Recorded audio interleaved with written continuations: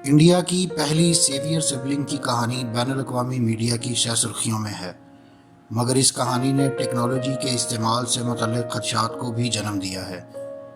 کاویہ سولنکی اکتوبر سن 2018 میں پیدا ہوئی تھی اور مارچ سن 2020 میں جب وہ صرف 18 ماہ کی تھی، ان کی ہڈیوں کا گودا یا بون میرو نکال کر ان کے 7 برس کے بھائی ابھیجیت میں پیوند یا ٹرانسپلانٹ کر دیا گیا تھا۔ ابھیجیت تھیلیسیمیا کے مرض میں مبتلا تھے۔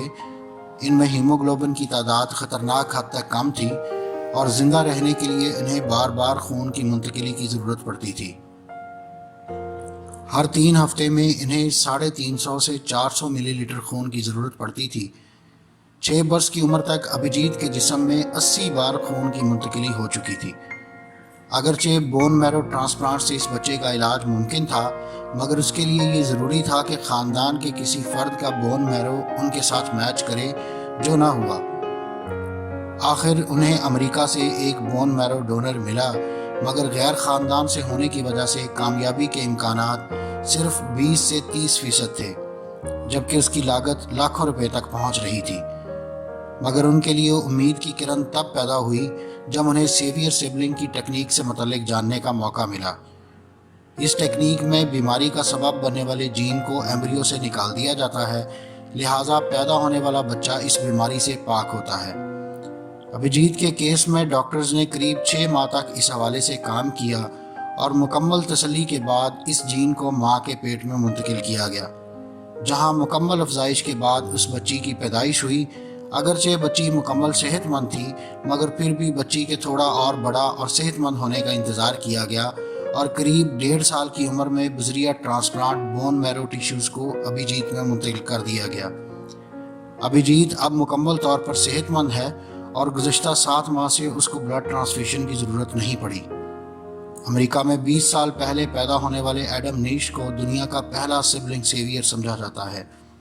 ان کی پیدائش کا مقصد ان کی 6 برس کی بہن کی زندگی کو بچانا تھا، جو فینکونی نامی ایک کمیاب اور ہلاکت خیز قسم کی خون کی کمی کا شکار تھی۔ اس وقت کئی لوگوں نے یہ سوال اٹھایا کہ آیا اس بچے کی پیدائش واقعتاً مطلوب تھی یا اسے اس کی بہن کی زندگی کی بچانے کی خاطر محض طبی ضرورت کے تحت پیدا کیا گیا۔ بہت سے تو یہ سوچنے لگے کہ کہیں اس ٹیکنالوجی کو یوجینکس یعنی من پسند بچوں کی پیدائش کے لیے بروئے کار لایا جا سکتا ہے۔ سن 2010 میں جب برطانیہ نے پہلے سیویئر سبلنگ کی پیدائش کا اعلان کیا تو یہ بحث پھر سے ہونے لگی۔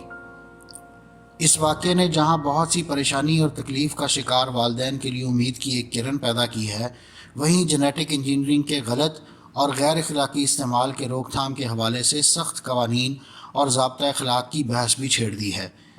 اس کے حق میں دلائل دینے والوں کا خیال ہے کہ سب والدین صحت مند بچے چاہتے ہیں اور ان کی صحت کو بہتر بنانے میں کوئی اخلاقی مسئلہ نہیں ہے۔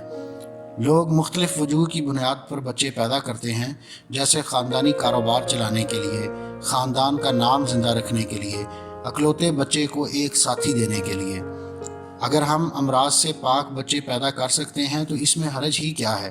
ہم کسی کو اس ٹیکنالوجی کے ثمرات سے محض اس لیے محروم نہیں رکھ سکتے کہ کوئی دوسرا اس کا غلط استعمال کرے گا۔